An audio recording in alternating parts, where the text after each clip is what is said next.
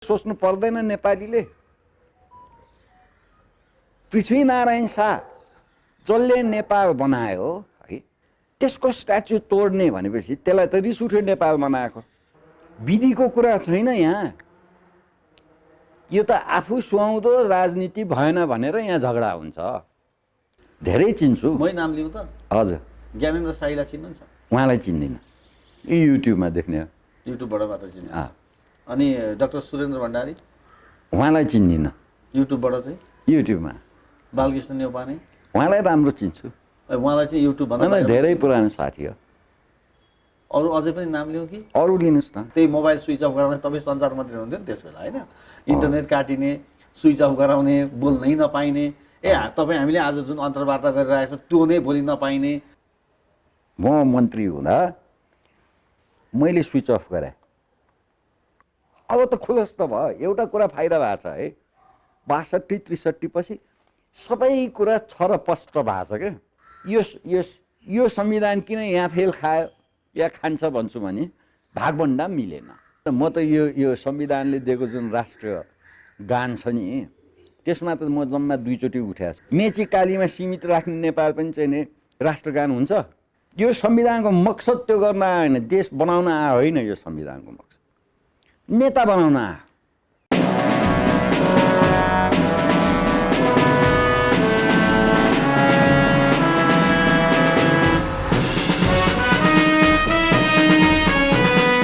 नमस्कार, हेडलाइन विशेषमा तपाईँलाई हार्दिक स्वागत छ।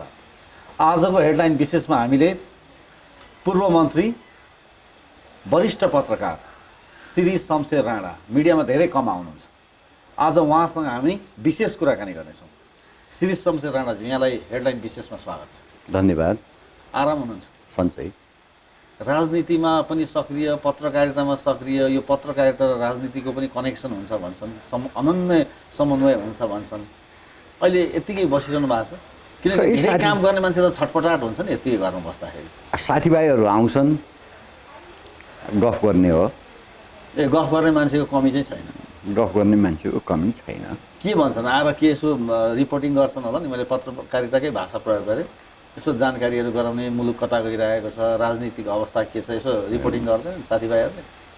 मेरो एउटा अनौठो अनुभव छ, हेर्नुहोस् है। सुरु गरे एउटा गोल्ड मेडल झुन्ड्याएर नोकरी खोज्दै जाँदा मैले नोकरी राइजिङ नेपालमा पाएँ। त्यहाँबाट म पत्रकारितामा लागेँ। पछि जनमत सङ्ग्रह ताका छोडेर चाहिँ नि स्वतन्त्र पत्रकारिता गर्नु खोजेको। यो पत्रकारिता र राजनीतिमा नेपालमा अनौठो सम्बन्ध रहेछ। बिस्तारै कतिखेर चाहिँ नि राजनीति छोइयो थाहा भएन। भनेको आफूले चाहना राखेर छुइएन, समय परिस्थितिले गर्दा गर्दै प्रवेश भइएछ त्यो महसुस। त्यसै भन्नु पर्यो। अस्ति एउटा किताब पढेको थिएँ नेपालको राजनीतिबारे। एउटा विदेशी विद्यार्थीले अनुसन्धान गर्न आएको, उसको एउटा कन्क्लुजन के भएछ भने, आइमाई हो कि के हो, यो नेपालमा नो न्युट्रल्स, तटस्थ कोही छैन भन्ने। कतै न कतै झुकाव चाहिँ छ। अब पत्रकारितामा तटस्थता मानिन्छ है, तर कसै न कसै कुनै न कुनै चाहिँ नि देशको लागि यो ठिक यो बेठिक त भन्नु पर्यो नि त होइन। त्यो भन्दा फेरि चाहिँ नि एउटा न अर्को क्याम्पमा गइँदो रहेछ है। म त नन जोइनर, हेर्नुहोस्, म सिटिमिटी जोइन गर्दिनँ। तपाईँलाई रिपोर्टिङ के गरिरहेका छन् त? तपाईँलाई भेट्न आउने साथीभाइहरूले हिजो आज के भन्छन्? उही राजनीति कुरा गर्न आउने, कार्यक्रम कुरा गर्न आउने। मुलुक कता जाँदैछ? अहिले पार्लियामेन्ट डिजल भएको छ, अहिले पार्टीहरूको बिचमा झैझगडा छ, नेकपाभित्रको विभाजन छ। यो अब चीनका कति प्रतिनिधि मण्डलहरू यहाँ मिलाउन बेला बेला आइरहेका छन्। एकातिर दक्षिणको प्रभाव पनि त्यस्तै छ, अमेरिकाको पनि हुने नै भयो होइन। विदेशी प्रभाव पनि देखिराखिएको छ। फेरि पूर्व राजाको समर्थकमा पनि यहाँ धेरै खालका जुलुसहरू आइरहेका छन्, सङ्ख्याहरू पनि बढ्दछ। रिपोर्टिङ गर्छन् होला नि यहाँलाई? म अनभिज्ञ छैन यी सम्बन्धी। अब कुरा यसो मैले मैले मसँग चाहिँ नि प्रश्न गर्ने साथीहरूसँग मैले दिएको जवाफहरू तपाईँले राम्ररी हेर्ने हो भने 62-63 पछि मैले के भनिरहेको थिएँ भने बाटो बिग्रियो, नेपाली राजनीतिज्ञहरू संविधानभन्दा माथि गए, नयाँ राजाहरू बने, त्यसरी फर्कौँ भनेर भनिरहेको छु है। त्यतिखेरैदेखि म के भन्छ यो देश ओह्रालो लागिरहेछ भनेर भन्ने तरल छ है राजनीति भनिरहेको। अहिले त सोझै खस्न लाग्यो है। अब त भिरबाट खस्यो। अब कहाँ पुग्ने हो त्यो चाहिँ कति तल जाला, धेरै जोखिम, कति तल जाला थाहा छैन। तपाईँले खस्यो भन्नुभयो, खसेपछि त तल जाने क्रम तल कमसेकम गुडिरहेको भन्दाखेरि एउटा फ्रिक्सनले आफ्नो एउटा अलि ब्रेक त लाग्छ नि। खस्यो नै भन्नु, अब त खस्यो नै भन्छु। किन खस्यो भन्नु होला भने कहाँ गएर अड्किने हो या कसले कुसन गर्ने हो त्यो फ्री फल त्यो चाहिँ थाहा भएन। अब अहिले भन्न प्रेडिक्सन गर्न गाह्रो छ। अब गाह्रो किन भन्दाखेरि सङ्गठनको राजनीतिले नयाँ मोड लियो भन्दाखेरि चुनाव हुन्छ कि हुँदैन त्यो तपाईँ हामीलाई थाहा छैन। सर्वोच्चले के गर्छ तपाईँ हामीलाई थाहा छैन। चुनावको माग, सरकारको चुनावको माग सर्वोच्चले रोकिदियो भने पुनस्थापित संसद फेरि कस्तो हुन्छ होइन, कतातिर लाग्छ त्यो तपाईँ हामीलाई थाहा छैन है। चुनाव भएपछि के हुन्छ त्यो तपाईँ हामीलाई थाहा छैन। सहभागी को हुन्छन् हामीलाई थाहा छैन है। यो खिचडीमा चाहिँ नि हामी त बाह्यमुखी भइसक्यौँ। यो इन्डियाले यो गर्न खोज्या, चाइनाले यो गर्न खोज्या, के गर्न खोज्या भनेर चाहिँ नि कसैले भन्दैन होइन। विदेशीहरू आउँछन् भेट्छन् होइन, विदेशीले त नभन्ला किन यो त हाम्रो देश हो उनीहरूको देश होइन। भेट्ने हाम्रा चाहिँ नि जिम्मेवार पक्षहरू केही पनि भन्दैनन् होइन। फेरि यो विदेशी राजनीति कोही स्वास्थ्यको लागि चाहिँ नि बाहिर गयो भने ल चाहिँ नि बाहिरको नेता भेट्न गयो त्यो पनि भन्छन्। म त दिनभरि त फुर्सदको बेलामा त यो न्युज हेरेर अखबार हेरेर चाहिँ नि युट्युब हेरेर बस्ने हो है। अड्कलबाजीमा चाहिँ नि विश्लेषण गर्न हुन्न के। भनेपछि अहिले पनि प्रेडिक्सन गर्न गाह्रो छ, कहाँ गएर त्यो खस्यो खै। अब यो तर्क 10 थरी एक्टर्स भएको ठाउँमा, अननोन पनि एक्टर्स भएको ठाउँमा हाम्रो राष्ट्रिय क्षमता हेरे बेला प्रधानमन्त्रीले त भन्दै हुनुहुन्छ प्रशासन चलिरहेछ होइन, अरू सरकारी अङ्ग चलिरहेको छ, मैले त खालि चुनावमा जाम भने मात्रै त हो नि, त्यो पनि ठिक हो। अब राणाजी तपाईँ अहिले भन्नुभयो कि यहाँले मैले अहिले निहालिरहेको छु, अनभिज्ञ चाहिँ छैन, अहिले जुन किसिमको सिनारियो छ प्रेडिक्सन गर्न गाह्रो छ, जे पनि हुनसक्छ। अब मैले त्यही म टेक्दै थिएँ, जे पनि हुनसक्छ भन्नेको यसको मिनिङ हामीले अर्थ के बुझ्ने? कि अहिले तपाईँ त राज संस्थाको पक्षधर पनि हो नि त, राज संस्था यो मुलुकमा चाहिन्छ भनेर, के राज संस्था पनि आउन सक्छ?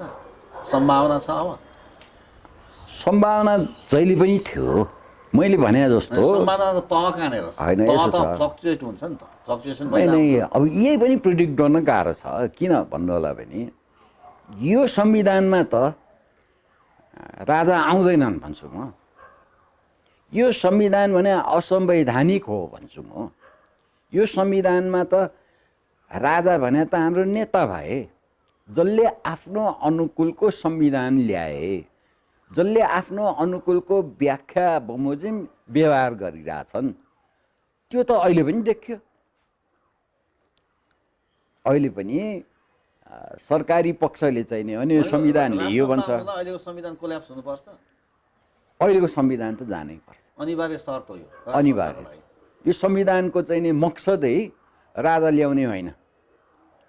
उसो भए राणाजी हो, अहिले यहाँलाई पनि थाहा होला, अहिले प्रधानमन्त्री केपी शर्मा ओलीले जुन कदम उठाउनु भयो पार्लियामेन्ट डिजल्भ गरेर, त्यसमा चाहिँ यो संविधानलाई कोल्याप्स गर्ने चाहिँ प्रधानमन्त्री ओलीको त्यो कदम हो भनेर पनि अहिले प्रतिपक्षी दलहरूले भनिरहेको त्यो आरोप पनि सुनेको छु।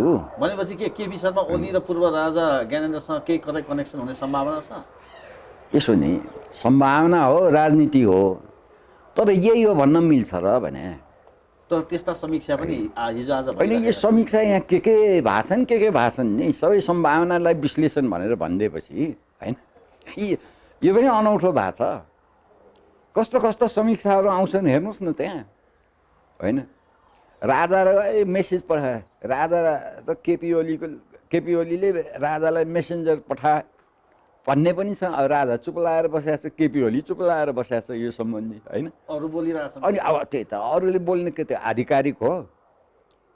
यहाँ के कुरा आधिकारिक छ अहिले? एउटा कुरा छ, प्रधानमन्त्रीले संसद डिजल्भ गरेर चुनावमा जाउँ भने है, मिति घोषणा गरे। उहाँका संसदका विरोधी, उहाँको आफ्नै पार्टीका विरोधीहरूले यो असंवैधानिक हो भने मुद्दा सर्वोच्चमा गयो, यतिसम्म निश्चित छ। यो चाहिँ आधिकारिक हो। अब यहाँ त मुद्दा पनि फैसला गरिसक्छ तपाईँहरूको विश्लेषणमा। मुद्दामा लागेको कुरा चाहिँ नि कमेन्ट गर्नुहुन्न, सबजुडिस। त्यो हुँदाहुँदै पनि कमेन्ट निर्देशनै दिइरहेछन् नि। स्वयं प्रधानमन्त्रीले भनिरहनु भएको छ अदालतसँग विकल्पै छैन निर्वाचन भनेर। प्रचण्डहरू भनिरहनु त्यो निर्विकल्प कुराहरू पनि संसद पुनर्स्थापना विकल्पै छैन। जता यो फेरि पटक पटक भएको के, पटक पटक जतिखेर यस्तो खालको चाहिँ नि माने संवैधानिक प्रक्रियामा बाधा अड्चन आउँछ, कतिपय देशमा त त्यसबाट बल लिन्छ के व्यवस्थाले। यहाँ यो फैसला भयो है भन्ने। हाम्रोमा त हरेकचोटि जुन फैसला हो त्यसबाट सिक्दैनौँ हामी, इतिहासबाट सिक्दैनौँ। र घुमिफिरी हेर्दाखेरि त झगडा के को लागि रे? केपी ओली र प्रचण्ड र माधव नेपालको झगडा के को लागि रे? प्रधानमन्त्री आफैले भन्छ भागभण्डा होइन। विधिको कुरा छैन यहाँ। यो त आफू सुहाउँदो राजनीति भएन भनेर यहाँ झगडा हुन्छ। अनि देश सुहाउँदो नि, देश कहाँ पुग्यो त? हामी कहाँ पुगिरहेछौँ? त्यो चाहिँ सबै चाहिँ नि नेपालीले, झन् पढा लेखा नेपालीहरू एकछिनको लागि आफू तटस्थ भएर विगत र अहिलेको चाहिँ भएर सिक्नु त पर्ने होइन र भने। नसिक्ने आफ्नै स्वार्थमा यदि चाहिँ नि हिँड्दै जाने हो भने देश कहाँ पुग्छ त? यो त फ्री फल, कहाँ गएर झुन्डिने? अब राणाज्यू तपाईँले भन्नुभयो म घरमै बसिरहेको छु, अपडेट चाहिँ छु, साथीभाइसँग भेटघाट छ भन्नुभयो। अहिलेको जुन गतिविधि छ, अहिले दिक्क लाग्दो कुराहरू भइरहेको छ नि त होइन। अहिलेको गतिविधि तपाईँ हामीले पनि त्यही खालको कुराहरू गरिरहेछौँ। पूर्व राजा ज्ञानेन्द्रलाई पनि, उहाँलाई पनि जानकारी होला नि होइन अहिलेको गतिविधिहरू। उहाँ पनि अनभिज्ञ नहुनुपर्ने होइन। तपाईँ त नजिक हुनुहुन्छ नि। म त राजाको प्रजा हुँ, यो देशको नागरिक हुँ। त्योभन्दा नजिकको को हुन्छ? राजा। तपाईँलाई सञ्चार मन्त्रालयको जिम्मेवारी पनि दिनुभएको थियो नि उहाँले होइन। केही प्रयोगको लागि बक्स्यो होला। अब त्यत्तिकैमा यहाँ त नेपालमा कति मन्त्री भयो, कति प्रधानमन्त्री, सब राजाका नजिक हो नि त। राजा हो। तर त्यो समय अलिक फरक थियो नि त होइन। त्यो समय र यो समयमा धेरै फरक छैन। उस्तै हो। उस्तै हो होइन। प्रधानमन्त्रीका मन्त्रीहरू नजिकका थिए होलान्। राजा नजिकको मैले राजा माने त राजासँग एउटै नजिक देशवासी व्यक्ति नजिकको हुनु। राजाकै रानी पनि, राजाकै परिवार पनि राजाको नजिकको हुँदैन यो हिसाबले। भनेपछि त्यसैले म राजा मान्छु। भनेपछि यहाँको अनुमानमा उहाँ पनि अपडेट हुनुहुन्छ? मेरो हिसाबमा उहाँले आफ्नो कर्तव्य के हो, आफ्नो देश के हो भने निरन्तर बुझिरहेको उहाँसँग कतिको भेटघाट हुन्छ यहाँ? त्यतिको त्यो यो 10 वर्षमा 3 चोटि भेट भयो कि। 10 वर्षमा जम्मा 3 चोटि? अझ 15 वर्षमा। त्यति पातलो भेटघाट हुन्छ त यहाँको? त्यो भेटघाटै हुनु परेन। उहाँको पनि लक्ष्य देश हो, मेरो पनि लक्ष्य देश हो भनेपछि लक्ष्य चाहिँ मिलेको हो। भेटघाट चाहिँ फिजिकली भनौँ न त्यस्तोमा चाहिँ नि त्यो के भन्छ त्यो समीपको म राजपरिवारको सदस्य हुँ के हिसाबले भेट्ने मैले तर पनि त हजुरको पिताजी र बुबा र महेन्द्र राजाको बिचमा पनि सामिप्यता थियो होइन त्यसबेला? महेन्द्र होइन होला, काका हो। तपाईँले दामोदर शमशेर भने होला, काका हो। उहाँ पनि एउटा चाहिँ नि राजाको प्रजा हुन्, नजिकको थियो भन्ने त लिगेसी त जोडिँदै आएको छ नि त। अच्छा लेजेसी त्यसरी हेर्ने हो भने त या त खोज्दै गयो भने तपाईँहरूको पनि केही किसिमको ऊ होला, दरबारसँग उहाँको पनि केही होला होइन, त्यसरी त हुँदैन नि त। मुद्दा चाहिँ मिल्यो, मुद्दा त म त देश हेर्ने हो। ठिक छ, त्यो सबैले हेरोस्। तपाईँको मुद्दा मिल्यो, उहाँको मुद्दा मिल्यो। अब मैले मुद्दा मिल्ने प्रसङ्ग जोडेँ। अहिले राष्ट्रिय प्रजातन्त्र पार्टी भन्ने दल पनि छ नि, यहाँलाई जानकारी नै छ। राष्ट्रिय प्रजातन्त्र पार्टीले पनि अहिले राज संस्थाको मुद्दा उठाएको छ। तपाईँहरूको पनि मुद्दा त्यही हो, राप्रपाको मुद्दा पनि त्यही हो।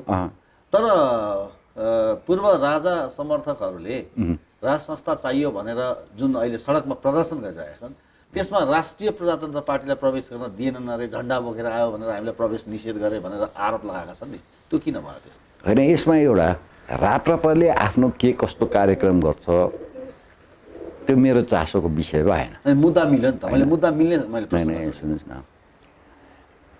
राप्रपाले पहिलेदेखि यो मुद्दा लिएको हो आफ्नो चाहिँ नि विधानमा। आम नेपाली त सबै राप्रपा त छैन। आम नेपालीले म राजा बोक्छु, नेपाली झन्डा बोक्छु भनेर राप्रपामा गएको त होइन, राप्रपाका कार्यकर्ताहरू गएको हुन्। त्यहाँ नभए मान्छेलाई कहाँ ठाउँ? त्यो पार्टीले सबैलाई समेट्या भए एउटा कुरा हुन्थ्यो। अहिले त नेपाली काङ्ग्रेसका कार्यकर्ताहरू, नेपाली कम्युनिस्टका कार्यकर्ताहरू जो असहमत छन् आफ्नो नेतृत्वबारे, यो राज संस्था सम्बन्धी या हिन्दू राज्य सम्बन्धी या सङ्घीयता सम्बन्धी, उहाँहरूलाई सडकमा आउनु पर्यो भन्ने त म पनि आह्वान गर्छु। अनि कुन पार्टी हो? ए पार्टी नै यहाँ चाहिँ नि अवरोध भइरहेछ, यो संविधानै अवरोध भइरहेछ नेपालको लागि। सडकमा जाऊ भन्छु, उहाँहरूसँग सहमत म। तर सहकार्य गर्न सडकमा सकिँदैन राष्ट्रिय प्रजातन्त्र पार्टी? अब गर्नेले गर्लान्, नगर्नेले नगर्लान्, तर सडकमा आउनु पर्यो। तपाईँ पनि आउनुहोस् भन्छु, सडकमा आउनु पर्यो। त्यो जनताले कराएको हो।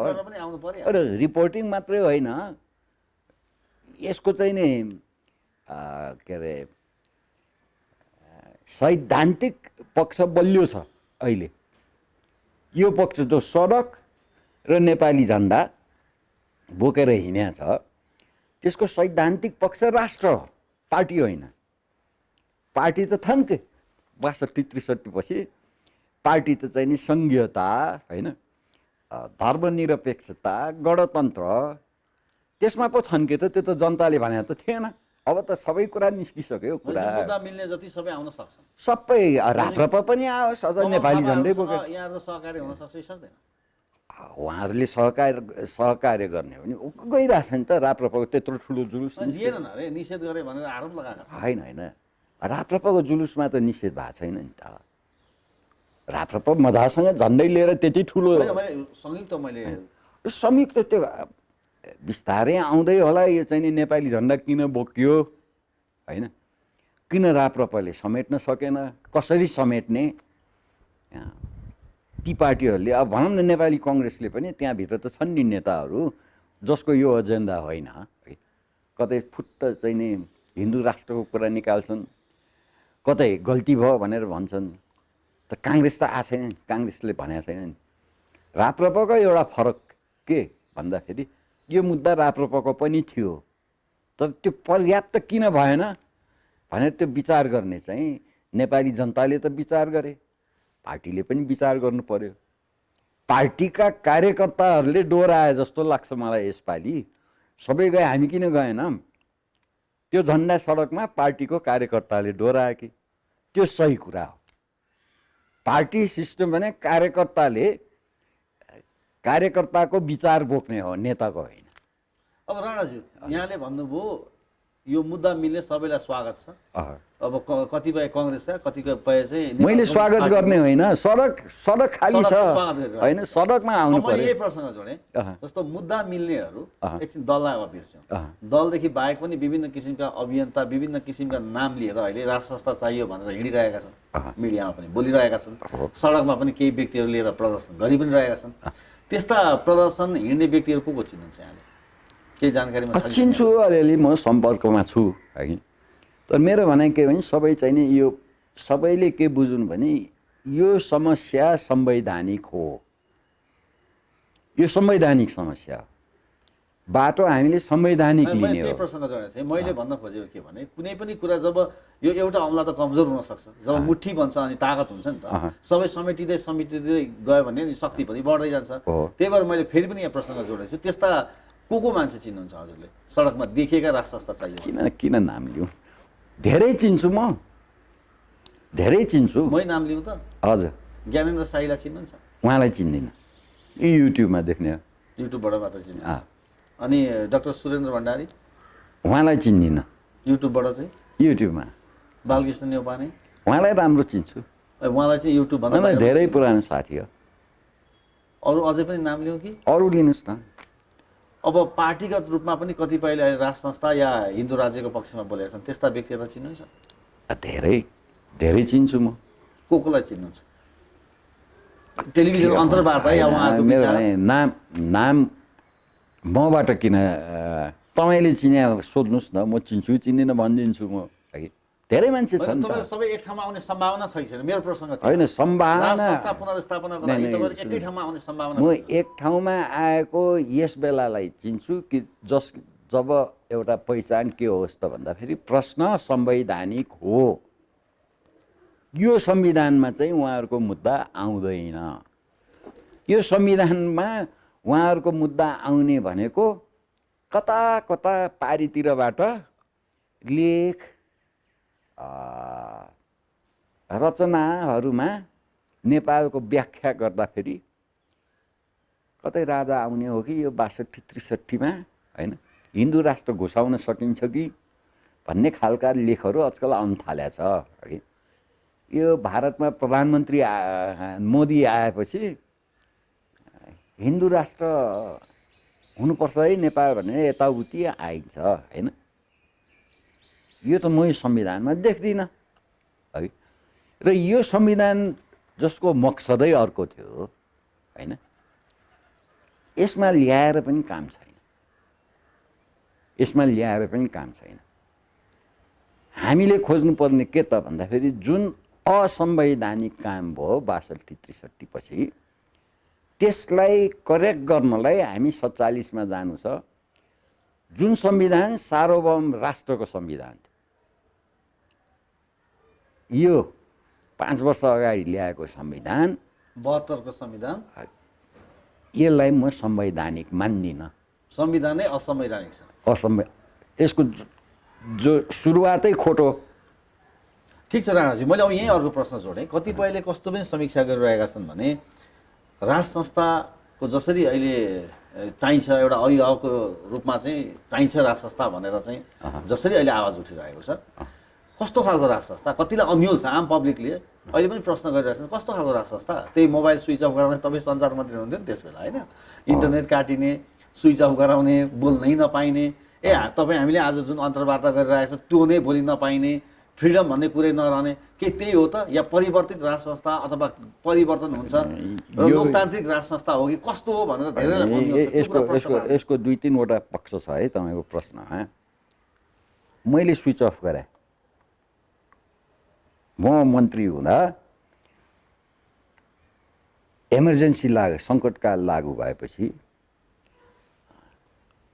केही कम्युनिकेसनका माध्यमहरू बन्द गरे हो। मलाई एउटा चाहिँ नि विदेशी पत्रकारले, तँलाई थाहा छैन यो मोबाइल भने त लाइभलीहुड जीविकालाई महत्त्वपूर्ण छ भने, मैले के भने तँलाई थाहा छैन जीवनको मरणसँग चाहिँ नि यो प्रयोग भइरहेछ, यो इमर्जेन्सी हो, त्यसैले बन्द गरे इमर्जेन्सीको बेला। इमर्जेन्सी जस्तो बेलामा पनि प्रयोग हुन्छ। इमर्जेन्सी भने आपतकालीन अवस्थामा, त्यो आपतकालीन अवस्थामा मोबाइल बन्द भयो हो, कम्युनिकेसन बन्द भयो हो। किन माओवादीहरूले मोबाइलबाट मात्रै होइन, अब त खुलस्त आयो होइन, स्याटेलाइट टेलिफोनबाट विदेशीहरू चाहिँ नि आउने, के अरे चाहिँ नि माउन्टेनियरिङमा जाने भनेर स्याटेलाइट टेलिफोन बुझाएर जान्थे, बुझाउनु पर्ने ठाउँमा नबुझाएर बुझाएर जान्थे। कहाँ बुझायो होला बुझ्नुहोस्। अब त खुलस्त भयो। एउटा कुरा फाइदा भएको छ है, 62-63 पछि सबै कुरा छरपष्ट भएको छ क्या, ओपनली आयो। 7 सालदेखिका कुराहरू होइन ओपनली आएको छ, डिस्कस भएको छ। म चाहिँ पत्रकार मान्छे है, यो चाहिँ नि सुसूचित हुने जनताको अधिकार संरक्षित हुनुपर्छ साधारण अवस्थामा भन्ने मान्छे होइन। त्यो सूचनाको खेलको फाइदा त्यो हो, बुझ्नु भएन। सबै कुरा आयो। अब जति चाहिँ नि राजनैतिक स्पिनमा, जति राजनैतिक भ्रमहरू, यो त भ्रम रहेछ है भन्ने कुरा आयो। त्यसले गर्दाखेरि तपाईँहरू अलि बढी चाहिँ नि सुसूचित हुनुहुन्छ आजकल, तपाईँकै प्रश्नले नि होइन। त्यसैले चाहिँ नि यो एउटा पक्ष भयो, मोबाइल बन्द यो, किनभने मैले गरेँ, मैले जवाफ त दिन पाएँ हो। अर्को के थियो तपाईँको? अब परिवर्तित राज संस्था भनिएको छ, लोकतान्त्रिक राज संस्था भनिएको छ, त्यो के हो? त्यो 47 सालले जे कल्पना गरे हो त्यही ठाउँमा पुगेपछि डिफाइन हुने कुरा हो। जस्तो धारा 127 निर्वाचित प्रधानमन्त्रीले दे, गाँठो परे सरकार यो फुकाइदेऊ भनेर दे, 127 लाई प्रयोग भयो होइन। चुनाव गर्न सकिन। एउटा कुरा गरे उहाँले, मलाई नै दिए भने प्रजातन्त्रमा राजीनामा दिइन्छ। चुनावको लागि भङ्ग गरेको संसद चुनाव गर्न सकिन, मैले राजीनामा दिने भनेपछि अनि राज संस्था या हेड अफ स्टेटले अर्को व्यवस्था नहुन्जेल तिमी कन्टिन्यू गर भन्छ। अनि संसदलाई भन्छ, राजाले त्यति गरे, सबैले मै गर्छु भनेर लगेदा सुरुवाल सुनाउँछ। त्यतिखेर त के भने संसदमा ल खतरा भयो है, यस्तै संविधान खतरामा पुग्यो, ल हामी दिउँ राजालाई, यो विकल्प होइन कि मलाई देऊ। त्यसै संविधानसँग वास्ता भएन के, देशसँग वास्ता भएन, मसँग वास्ता भयो, अनि देश यहाँसम्म पुग्यो। अहिले पनि मैसँग वास्ता भएको छ। के भनिरहनु भएको छ प्रधानमन्त्री? भागभन्डा मिलेन होइन। मेरो भनाइ के त भने यो त भागभन्डा मिलाएर चाहिँ ल्याएको संविधान हो। गिरिजा बाबु राष्ट्रपति हुने होइन, एमालेको के अरे सभामुख हुने, अनि यो कार्टेलिङ भन्छ यसलाई। तपाईँ हामी बिच बाडाबाड, यो संविधान किन यहाँ फेल खायो या खान्छ भन्छु भने भागभन्डा मिलेन, सिद्ध भागभन्डा मिलेन। त्यो कारणले संविधान चाहिँ फेल खुवाउने आमै देशको संविधान। त्यसैले यो संविधानभन्दा माथि नेताहरू भए, यसले देश भड्कालोमा जाग्छ। किन हाम्रो राजनीतिज्ञ भने त संविधान त बन्देज नहुने देश यो होइन। नेता भनेपछि अबको राज संस्था भनेको परिवर्तित नै हुन्छ। 47 सालको अनुसार जे हुन्छ त्यही हुनुपर्ने हो। त्योभन्दा बढी या कम त राजनैतिक एक्टर्सको एक्सनले। त्यसैले यो म अब नाटक हो भन्दैछु, म राजनैतिक व्यवहार त्यो परिमार्जन नाग्यो। अनि तपाईँ हामीले यही देखिरहेछौँ। यहाँले राजनीतिक व्यवहार भन्दाखेरि अहिलेका शीर्षस्थ नेताहरूसँग यहाँको केही कुराकानीहरू? म त यो ढोकाबाट निस्किन्न नेताका, के भनेर निस्क्यौँ म? प्रचण्ड, केपी ओली, शेरबहादुर हेर्नुहोस् है, यो विगत 12-15 वर्षसम्म संविधानको कुरा गरेको छु मैले है, नीतिको कुरा गरेको छैन। किन नीतिको कुरै गर्नुहुन्न? विचारहरू केही बुझ्ने मौका पाउनु भएको छैन यसो? हो तपाईँहरू कुनै कहीँ कतै जानु? हजुर म सिटिमिति कतै जाँदिनँ। म त यो संविधानले दिएको जुन राष्ट्रिय गान छ नि त्यसमा त म जम्मा 2 चोटि उठाएको छु। एउटा के अरे चाहिँ नि त्यस्तै फङ्सनमा जानु पर्यो, सबै उठेपछि मैले उहाँहरूको पनि कदर गर्नु पर्यो। एउटै माला नेपाली म त यो मेची कालीमा सीमित राख्ने नेपाल पनि चाहिँ नि राष्ट्रगान हुन्छ? अहिले कहाँ छ? कालीवारी आइसकेका छौँ, मेचीवारी आइसकेका छौँ। राम्रो गाना छ, राष्ट्रवादबाट ओतप्रोत छ होइन? तर यस्तो पनि राष्ट्रगान हुन्छ भन्छु म। राष्ट्रगान त संसारको जहाँ पुग्यो भने पनि आफूले आइडेन्टिफाई गर्नुपर्ने हुन्छ नि त राष्ट्रगान। भनेको श्रीमान गम्भीरै ठिक थियो भन्नुभयो। देशको राजा हो, श्रीमान गम्भीरै हो, उसको लागि म उठ्ने मात्र होइन झुक्छु पनि। संवैधानिक भनेपछि यहाँको अहिलेका जति पनि चर्चित शीर्षस्थ नेताहरूसँग भेटघाट कुराकानी कतै केही भएको छ? केही होइन। मनोविज्ञान पनि मेरो काम त्यो होइन भने मेरो काम त के त भन्दाखेरि उहाँहरूले के बोल्छ त्यसलाई विश्लेषण गर्ने हो होइन? उहाँको एक्सन्स के हो? कार्यक्रमहरुमा यसो जाँदा भेटघाट भएर त्यस्तो त कुनै न कुनै कुनै बुक लन्चिङ या कुनै उसमा किन यो चाहिँ नि एउटा नेताले ल्यायो भने तपाईँहरूले कभर गरिहाल्छ क्या अरे, बुकले पनि पब्लिसिटी पाउँछ होइन? एउटा कुनै केही कार्यक्रममा पत्रकार ल्याएपछि त्यो कार्यक्रमले पनि पब्लिसिटी अब त्यहाँ गयो भनेर भेट्यो त भन्न मिल्दैन नि। अहिलेका राजनीतिक नेताहरूमा यसो यो व्यक्तिले चाहिँ अलिकति चाह्यो भने अथवा अलिकति गर्न सक्ने भने सम्भावित चाहिँ कोही देख्नु भएको छैन अहिले हाम्रो मुलुकमा? यो संविधान अन्तर्गत कसैले गर्न सक्दैन, बिटु ल्याउँछ यो संविधान। चाहना राखेर पनि सक्दैन। यो संविधानको मकसद त्यो गर्न आयो होइन, देश बनाउन आयो होइन। यो संविधानको मकसद नेता बनाउन आयो। मिलौँ हामी, भागभन्डा गरौँ। अनि भागभन्डा गर्ने यो त के भन्थ्यो, अब त ठाडै आउनु थाल्यो, क्लेप्टोक्रेसी भयो है नेपालमा भनेर चाहिँ नि, डेमोक्रेसी होइन माने यो 47 सालदेखिको प्रक्रिया हो। पार्टी सिस्टम आएपछि पार्टीको लागि भनेर हात थापिन्छ। ठिक छ, अहिले यहाँ प्रश्न गरेँ, अन्तिम गोल भनेको राज संस्था हो, यहाँको उद्देश्य मुद्दा त्यही हो। अन्तिम गोल संवैधानिकता, यो बुझ्नुहोस् न। म त त्यही त म यसमा चाहिँ के भन्छ नि, म संविधानको कुरा गर्छु, तपाईँ राजाको कुरा गर्छु। होइन त्यो होइन, संवैधानिकता 47 राम्ररी पढ्नुहोस्, कसले पढायो त्यो हेर्नुहोस्, त्यसै च्यात्न पाइन्छ। त्यही हो संवैधानिकता। नेतालाई सुहाएन भने 47 सालको संविधानले त सोझा राज संस्था त त्यसले कल्पना गरेकै छ नि, ठाउँ दिएको छ नि त 47 सालको संविधानले। त्यो केही कारणले गर्यो होला नि त, बनाउनु त यिनीहरू नै हो नि। कान सिधा समात्ने कि घुमाएर होइन, तर 47 सालको संविधानमा राजा मात्रै थियो र हिन्दू राष्ट्र पनि थियो। हिन्दू राष्ट्र पनि थियो होइन, सङ्घीयता थिएन। सङ्घीयता थिएन, प्रदेश सरकारको कल्पनै छैन, छँदै थिएन। अब के अरे भने समावेशी त्यसमा छैन भने ए बाबा, त्यहाँ मनोनित पनि थिए, निर्वाचित के अरे सरकार थिए होइन? यो एउटा भ्रम, यो समावेशिता भाषा प्रयोग गरे, संवैधानिकता भन्ने भाषा प्रयोग गरे।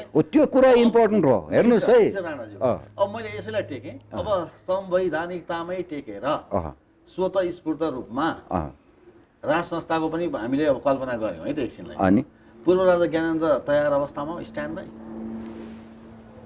त्यो चाहिँ म हाल महाराजप्रति म चाहिँ आग्रह, जनताको आग्रह, इट कम्स विथ द जब। त्यो राजा छोरा एक्लै चाहिँ नि सिनियर मोस्ट राजा पृथ्वीनारायण शाहको सन्तति है कि म हुन्न भन्न चाहिँ नि त्यो अन्याय चाहिँ जनतामा नगरिदियोस् भन्छु म। उहाँ उनको न पाउँदैन। यहाँको त्यो आग्रह नेपाली जनताको आग्रह, उहाँसँग त्यो ऊ पनि छ, अधिकार पनि छ, म हुन्न भन्न। त्यो चाहिँ गरिबक्सिन्न होला, त्यो अन्याय नेपाली जनताप्रति। राणाजी, अब पृथ्वी जयन्ती आउँदैछ। पृथ्वीनारायण शाहको जन्म जयन्ती त्यसलाई कसरी लिनु भएको छ यहाँले? त्यही त म यो संविधानको कुरा गरिरह नि तपाईँलाई। यो संविधान च्यात्नेको मकसद के हो भनेर तपाईँहरूले चाहिँ नि प्रश्न गर्नु पर्यो भने किन भन्दाखेरि त्यो पृथ्वीनारायण शाह 300 वर्ष अगाडि होइन त्योसँग यो संविधान ल्याउने किन रिस? नेपाल बनायो भनेर बिदाहरू काटेका छन् नि त। पृथ्वी जयन्तीमा मात्र बिदा काटेको होइन नि। होइन त्यो होइन, यो त देश बनाउने मान्छेको लागि जनताले आभार गरेको प्रकट गरेको हो। त्यो देश बनाउने मान्छेसँग रिस उठ्यो कसैलाई? अनि यो संविधान बनाउने मान्छेलाई त्यो देश बनाउने मान्छेसँग रिस उठेछ क्या? यसमा प्रश्न गर्नु पर्दैन तपाईँहरूले? पृथ्वी जयन्तीमा बिदा हरेक वर्ष कति सरकारले चाहिँ होइन हामी दिन्छौँ, किन नदिएको? यत्रो चाहिँ नि जुलुस आइरहेछ। चुस्त दुरुस्त चलाउने अरे बिदाहरू असाध्यै धेरै भयो। हेर्नुहोस् है, त्यसो पृथ्वी जयन्ती पनि पर होइन अब त्यो बाइचान्स पर्या होइन। बाइचान्स त्यो पर्या हो भने बाइचान्स त्यो परेको हो भने त्यो पृथ्वीनारायण शाहको शालिगसँग के रिस उठेछ जुन तोडफोड गरे नि? अनि त्यो बारे सोच्नु पर्दैन नेपालीले? पृथ्वीनारायण शाह जसले नेपाल बनायो है त्यसको स्ट्याच्यु तोड्ने भनेपछि त्यसलाई त रिस उठ्यो नेपाल बनाएको। अनि तिनीहरूले बनाएको संविधान हो यो, त्यसै बिदा नदिया त होइन नि। नेपाल बनेकोमा कसलाई रिस उठ्यो, कुन नेपालीलाई रिस उठ्यो सोध्नु परेन? जसले संविधान बनायो त्यसलाई रिस उठ्यो, नेपाल बनेकोमा त्यसलाई रिस उठ्यो। भनेपछि पृथ्वीनारायण शाहको स्ट्याचुमा आक्रमण गर्नु, मूर्तिमा आक्रमण गर्नु, शालिगमा आक्रमण गर्नु र यो बिदा कटौती गर्नु भनेको जसले नेपालमा एकता नै चाहँदैन। अनि मालाको कुरा गर्छौँ हामी राष्ट्रगानमा। ल हेर्नुहोस् त्यही खालको अवस्था कहाँ पुग्यो त देश, कुन दिशातिर गइरहेछ देश त त्यसैबाट देखिन्छ। अनि नेपाली जनता कहाँ देखिन्छ? आफै स्वस्फूर्त रूपमा त्यो पृथ्वीनारायण शाहले यो देश एकीकरण गराए त्यहाँ पुगिरहेछ। त्यो त सरकारी जुलुस होइन, त्यो त पार्टी जुलुस होइन, नेपाली झन्डा बोकेर गइरहेछ है।